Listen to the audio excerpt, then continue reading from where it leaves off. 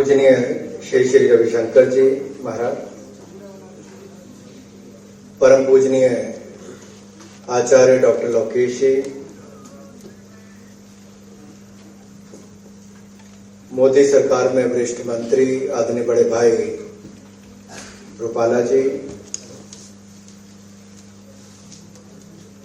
हमारे आज के कार्यक्रम के मुख्य अतिथि और बहुत ही विद्वान केरल के महामहिम राज्यपाल आदरणीय आरिफ मोहम्मद खान जी,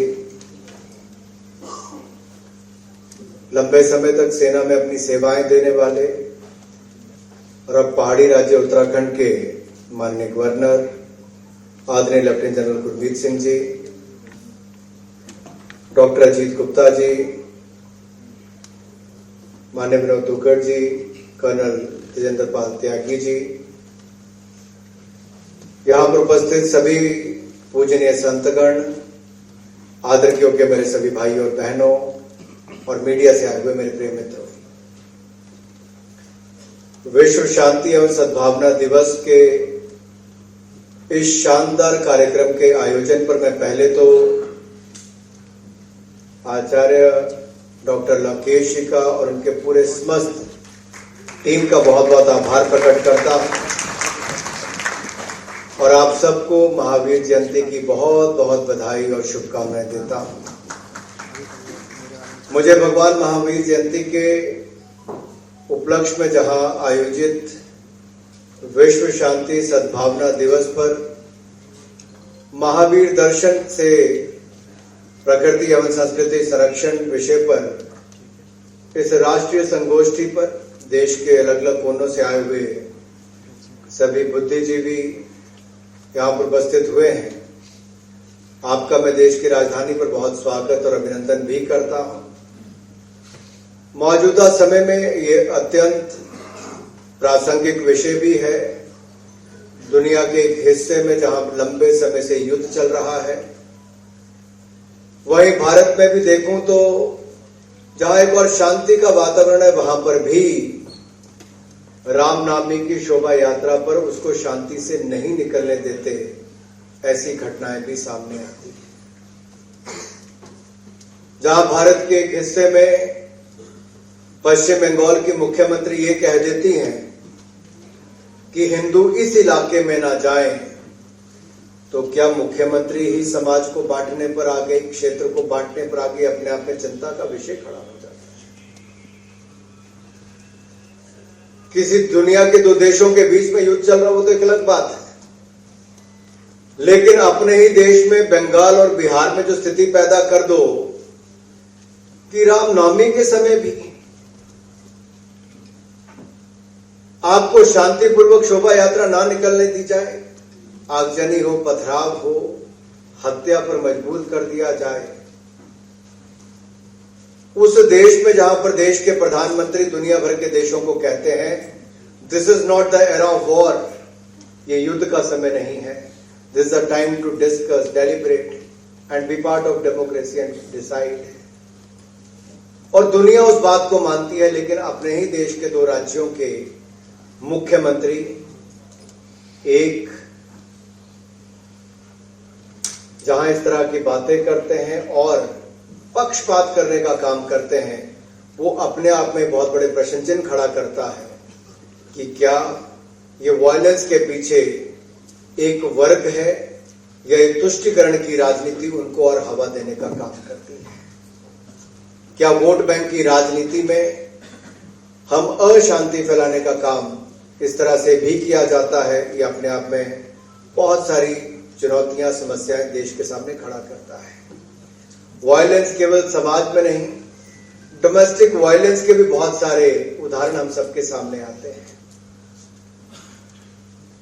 ट्रिपल तलाक पर आरिफ मोहम्मद खान साहब बहुत शानदार तरीके से अपनी बात रखते हैं। मैंने पिछली बार सूचना प्रसारण मंत्रालय का कार्यक्रम किया तो बहुत शानदार इन्होंने अपना भाषण वहां पर किया, लेकिन डोमेस्टिक वायलेंस के केस केवल एक वर्ग या एक ने, पूरे समाज में हर जाति धर्म के लोगों के बीच में आते हैं और इस 87% जो महिलाओं के ऊपर उत्पीड़न के मामले डोमेस्टिक वायलेंस के कारण है।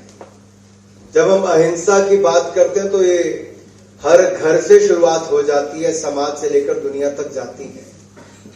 तो मैं तो ये कहना चाहता हूं, हमें कहीं से भी, और मंच पर उपस्थित मैं संत गणों से इतना जरूर कहना चाहता हूं, जब आपके कार्यक्रमों में आते हो तो सब ऐसा लगते हैं कि सब लोग शांति के प्रतीक हैं। कोई भाईचारे को इतना आगे बढ़ाना चाहता है कि मानो लगता है पूरा देश और विश्व में भाईचारा ही बढ़ जाएगा। लेकिन जब ये लोग अपने समाज में, अपने घरों पर जाते तो पड़ोसियों के साथ नोकझोंक होना आम सी बात बन जाती है। तो हम यहां से लेकर क्या गए और वास्तविक जीवन में, प्रैक्टिकल वर्ल्ड में जाकर हमने क्या उसको पाया है, ये कुछ चुनौतियां हम सबके सामने हैं। तो ऐसा जब विश्व के सामने बहुत सारी चुनौतियां मौजूद है और उनके समाधान ढूंढ रहे हैं, तब भगवान महावीर द्वारा प्रतिपादित दर्शन एवं उपदेश बहुत महत्व रखते हैं। और समय आ गया है कि हम उनके संदेश और उपदेशों को आज देश और दुनिया में लेकर जाएं, परिवार से लेकर समाज और पूरे दुनिया भर में लेकर जाएं, और प्रयास करें कि हम सब शांति के साथ जी सकें और इसको आगे बढ़ाएं। युद्ध, हिंसा और आतंकवाद किसी समस्या का समाधान नहीं है मित्रों, और हिंसा प्रतिहिंसा को जन्म देता है। संवाद के द्वारा ही, बातचीत के द्वारा भी दुनिया भर में इन समस्याओं का समाधान निकलता है और इन समस्याओं को सुलझाया जा सकता है। इसलिए मैं अनेकों बार कहता हूं कि भगवान महावीर ने जो 2600 वर्ष पूर्व जो दर्शन दिया है, उसकी आवश्यकता तत्कालीन समय में जितनी थी, उससे अधिक आवश्यकता आज के समय में प्रासंगिक और दिखती है। और उनके दर्शन में अनेक वैश्विक समस्याओं का समाधान प्राप्त होता है। ग्लोबल वार्मिंग की हो, जलवायु परिवर्तन की हो, आर्थिक असमानता की बात हो, ऐसी अनेक समस्याओं का समाधान जैन दर्शन में मिलता है और हमें इसको आगे तक ले जाने का काम करना चाहिए। भगवान महावीर ने संयम आधारित जीवन शैली की बात की थी, व्यक्तिगत भोग और उपभोग के ने सीमाकरण की बात की। उन्होंने कहा पदार्थ सीमित है, वो असीम इच्छा शक्तियों को पूर्ति नहीं करते। सचमुच उनका मार्गदर्शन पर्यावरण की शुद्धि के साथ के लिए अत्यंत उपयोगी है। ये केवल भारतवर्ष के लिए नहीं, समूचे विश्व को आज देने का समय आया है। और मुझे खुशी इस बात की है, डॉक्टर लोकेश जी ने इसका बीड़ा स्वयं उठाया है और अहिंसा विश्व भारती को माध्यम से इसको आगे ले जाने का काम किया है। जहां एक और मोदी जी के नेतृत्व में भारत नई ऊंचाइयों पर पहुंच रहा है, मिशन लाइफ से लेकर इंटरनेशनल सोलर अलायंस जैसे विषयों को आगे बढ़ाकर मोदी जी ने दुनिया भर में भारत से दुनिया को नेतृत्व देने का काम किया। तभी तो लगातार 3 वर्षों में एक नहीं अनेक बार मोदी जी को दुनिया के सबसे लोकप्रिय नेता के रूप में आज चुना गया है हमारे भाइयों। जहां एक और नरेंद्र मोदी जी इस काम को कर रहे हैं, वहीं पर हमारे आचार्य डॉक्टर लोकेश जी भगवान महावीर के दर्शन को दुनिया भर में फैलाने का कार्य कर रहे हैं। आचार्य जी, मैं आपका इसलिए बहुत बहुत आभार प्रकट करता हूं। इसके साथ ही आचार्य जी ने पिछले वर्ष अमेरिका के शांति सद्भावना यात्रा के दौरान अमेरिका के राष्ट्रपति को भी कुछ सुझाव दिए थे कि शिक्षा में पीस एजुकेशन को लेकर आगे बढ़े। और मैं देखता हूं दुनिया के कई हिस्सों में आज ऐसा है जहां छोटे छोटे बच्चे स्कूलों में पढ़ने जाते हैं, उस पर बंदूकों को लेकर गन कल्चर को बढ़ावा देने का काम करते हैं। गन कल्चर का काम बच्चे नहीं, जो एक अपने इंडस्ट्री को बचाने के लिए गन कल्चर पर रोक नहीं लगाते हैं, तो उस गन का दुरुपयोग करके बच्चों पर गोलियां बरसाने से भी कुछ लोग पीछे नहीं हटते हैं। जाने जाती हैं तो छोटे छोटे मासूम बच्चों की जाती है, जिनका कोई दोष नहीं है, जिनका दुनिया के किसी हो रही बुरी चीजों पर उनका कोई हाथ नहीं है। आखिरकार उन बच्चों पर गोलियां बरसाने का काम क्यों किया जाता है? उस पर रोक लगाने का काम क्यों नहीं होता है? लेकिन दुनिया भर का मीडिया वो तो नहीं दिखाएगा, लेकिन एक दुष्प्रचार करने का काम दुनिया भर के मीडिया के कुछ वर्ग, ऐसे सारे तो नहीं लेकिन कुछ करते हैं। कोविड का समय आया तो ये कहा गया भारत में करोड़ों लोग मर जाएंगे, यहां वैक्सीन नहीं मिल पाएगी कि दुनिया भर के देश अपने देशों को प्राथमिकता देंगे। भारत के लोग महामारी और भूखमरी के कारण मर जाएंगे, 140 करोड़ के लोगों का पेट कैसे भर पाओगे? मैं आज पूछता हूं दुनिया के उस मीडिया समूह से, कौन से ऐसे चैनल वाले थे, कौन सी ऐसी अखबारों वाले थे जो लिखते थे कि भारत में भूखमरी महामारी के कारण करोड़ों लोग मर जाएंगे? आज कोविड समय के 2.5 वर्ष बीतने के बाद मैं कहता हूं, अगर भूखमरी और महामारी से बचाने का काम किसी ने किया है तो नरेंद्र मोदी के नेतृत्व में भारत की सरकार ने 80 करोड़ लोगों को 28 महीने तक मुफ्त में अनाज देने का काम दुनिया का कोई देश नहीं कर पाया, हमारे भारत ने करने का काम किया है। अरे दुनिया भर के लोग और दुनिया भर की सरकारें तो केवल अपने देश तक सीमित हो गई। ये मेरे भारत के मेरे भाई और बहनें जिन्होंने सड़कों पर निकलकर एक मजदूर से लेकर एक महिला से लेकर एक परिवार तक को बचाने के लिए अपने बचाए हुए पैसों को जो आपने डिपॉजिट किए थे वो गरीबों को सहयोग देने में दिए। आपने अपने रसोई से अनाज निकालकर पकाकर लोगों को पकाया हुआ भोजन भी दिया, तो राशन देने का काम भी हिंदुस्तान के 140 करोड़ देश के लोगों ने अपने भाई और बहनों को देने का काम किया। वहीं नरेंद्र मोदी जी की सरकार ने एक नहीं दो वैक्सीन बनाने का काम किया जो दुनिया का कोई देश नहीं कर पाया। हमने 220 करोड़ वैक्सीन भारत के लोगों को बिल्कुल मुफ्त में लगाने का काम किया है, ये कोई और नहीं कर पाया। और यही नहीं, भारत में दवाइयों का निर्माण भी किया, तो भारत की वैक्सीन को हमने दुनिया के 150 से ज्यादा देशों तक देने का काम मोदी जी की सरकार ने किया है। वैक्सीन मैत्री को आगे बढ़ाने का काम किया। ये भी एक शांति का प्रतीक है। आप सोचिए, अगर उन देशों में 150 देशों में वैक्सीन नहीं पहुंचती क्या, तो क्या वहां शांति बनी रहती? अगर भारत में 80 करोड़ गरीबों को मुफ्त में राशन नहीं मिलता तो क्या सिविल वॉर की नौबत नहीं आती? यह भी एक तरह से रोक लगाई गई हिंसा होने पर, जब आप लोगों ने मदद करने के रूप में आगे बढ़ा। आज मैं देखता हूं कर्नल त्यागी जी, आप तो मंच पर है, नीचे भी बहुत सारे फौजी भाई बैठे हैं। मैं देवभूमि हिमाचल प्रदेश से आता हूं, जहां हमीरपुर संसदीय क्षेत्र से मुझे 4थी बार लगातार लोकसभा का सांसद चुना गया। मेरे यहां पर तो हर दूसरे घर से फौजी हैं। मेरे ही ना जाने कितनी पीढ़ियां फौज में हैं। मेरे दादाजी फौजी जी थे, उनके पिता फौजी थे, उनके पिताजी फौजी थे।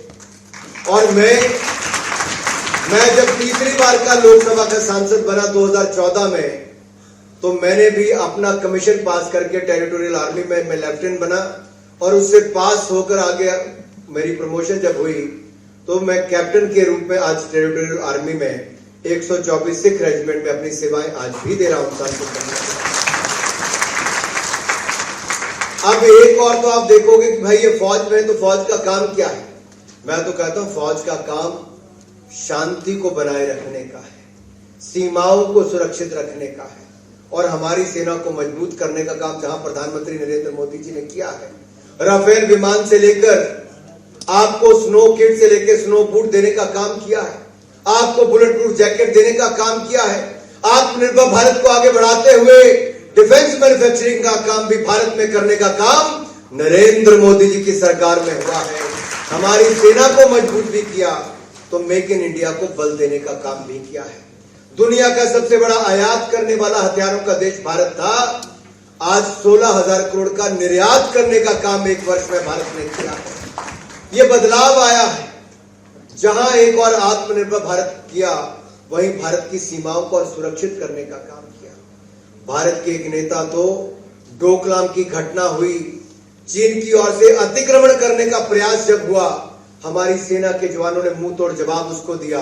लेकिन भारत के बहुत लंबे समय तक जो सत्ता में पार्टी रही, उनका युवराज चीन को मुंह तोड़ जवाब देने की बजाय वो चीन के एम्बेसडर के साथ बैठकर सूप पी रहे थे, चाइनीज खाना खा रहे थे। उनके चाइनीज फंड लेकर अपनी राजीव गांधी फाउंडेशन को आगे बल देने का काम कर रहे थे। लेकिन नरेंद्र मोदी जी सीमा पर जाकर सेना का मनोबल बढ़ा रहे थे। यही अंतर है। मैं देवभूमि हिमाचल प्रदेश से आता हूं, लेकिन वो वीर भूमि भी कहलाई जाती है। क्यों? परमवीर चक्र विजेता पहले हुए तो मेजर सोमनाथ शर्मा हिमाचल प्रदेश से हुए। कारगिल वार में सबसे ज्यादा शहादत देने वाला राज्य कोई बना तो हिमाचल प्रदेश बना। सबसे छोटी आबादी का अगर देखा जाए दृष्टि से तो सबसे ज्यादा शहादत थी। कैप्टन विक्रम बत्रा की बात करूं, राइफलमैन संजय कुमार की बात करूं, हिमाचल प्रदेश से आते हैं। अगर 21 ऐसे परमवीर चक्र विजेताओं के नाम पर द्वीपों का नाम रखने का काम 75 साल में किसी ने पहली बार किया तो नरेंद्र मोदी जी ने करने का काम। अब ये कोई हमने युद्ध करने के लिए कोई ये थोड़ी कहा कि आप आकर युद्ध करिए। हमने तो जिनने देश की सीमाओं को सुरक्षित रखने का काम किया, भारत को बचाने का काम किया, इन सैनिकों का सम्मान में नरेंद्र मोदी जी ने वो काम करने का काम किया। इसलिए मेरे भाई और बहनों, अहिंसा इंटरनेशनल अवार्ड आज किसको दिया जा रहा है? किसको दिया जा रहा है? कोई आवाज नहीं आई पूरी तरह से। परम पूजनीय गुरुदेव श्री श्री रविशंकर जी को दिया गया।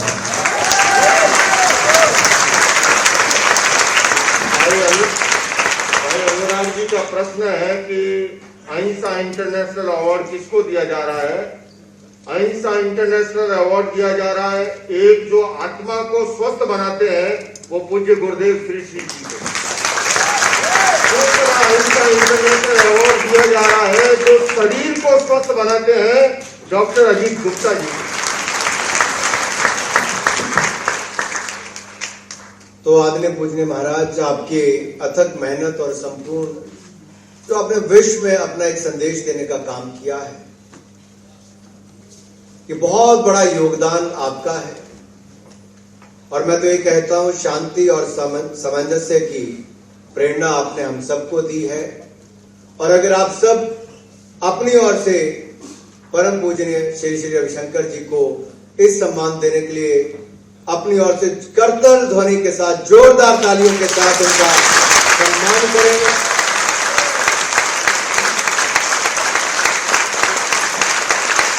को लेकर सब खड़े होकर एक बार जोरदार तालियों के साथ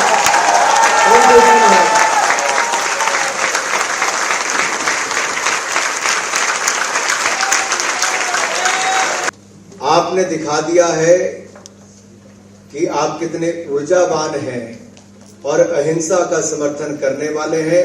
मैं अपनी ओर से आप सबके लिए जोरदार तालियां बजा देता हूं कि आपने कार्यक्रम की ऊर्जा भी बनाए रखी और कार्यक्रम को और शोभा भी बनाए रखी। और इसी तरह से ही आर्ट ऑफ लिविंग के माध्यम से परम पूजनीय श्री श्री रविशंकर जी ने संसार के करोड़ों लोगों तक जीवन में सकारात्मक परिवर्तन लाया है। आपके उद्देश्यों और संदेशों से लोग शांति, समझौता और सामंजस्य और प्रेम की ओर बढ़ रहे हैं। मैं दोनों ही गुरुओं को और यहाँ पर वापस सभी संतगणों का इसलिए आभार भी प्रकट करता हूँ। थोड़ा लंबा बोल के इतना समय मेरे लिए नहीं था, लेकिन इतना जरूर कहूंगा कि आइए आगे बढ़े।